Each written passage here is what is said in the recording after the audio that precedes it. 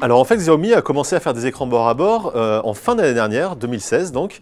C'est même le premier constructeur à avoir présenté un smartphone avec écran bord à bord sur le marché. Mais malheureusement, c'était un modèle qui avait un écran qui n'était pas 18/9. Donc on avait un ratio qui donnait un aspect un petit peu pâteau à ce modèle. Il était assez large par rapport à tous ceux qu'on a vu déferler après. La bonne nouvelle de ce Mi Mix 2, c'est qu'il a un écran 18/9, donc avec un beau design et une belle silhouette. Et d'ailleurs, on adore vraiment le dessin et les matériaux utilisés pour ce modèle.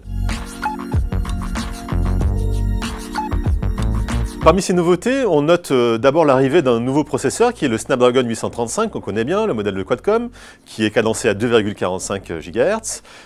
Et puis, comme on l'a dit également, l'écran de 6 pouces cette fois-ci, 18/9, donc qui permet d'obtenir ce design plus joli du smartphone. On a d'ailleurs mesuré une bonne luminosité de cet écran de 424 candela par mètre carré, ainsi qu'un taux de contraste de 1570 contre 1, ce qui permet de le consulter en plein soleil.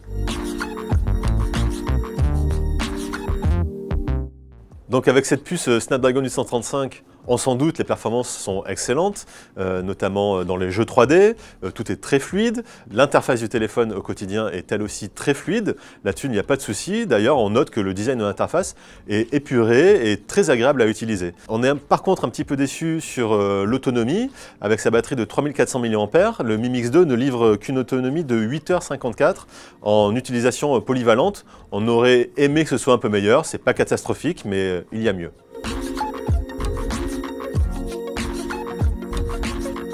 Alors malheureusement, la photo est le point faible du Mi Mix 2. C'est pas un smartphone qui arrive à faire des photos très jolies par rapport à ce que fait la concurrence haut de gamme. En haute lumière, en photo de jour, ça peut encore aller, mais dès que les lumières baissent, dès qu'on est dans des scènes plutôt de nuit, là on voit vraiment le bruit numérique qui s'installe et c'est assez dommage.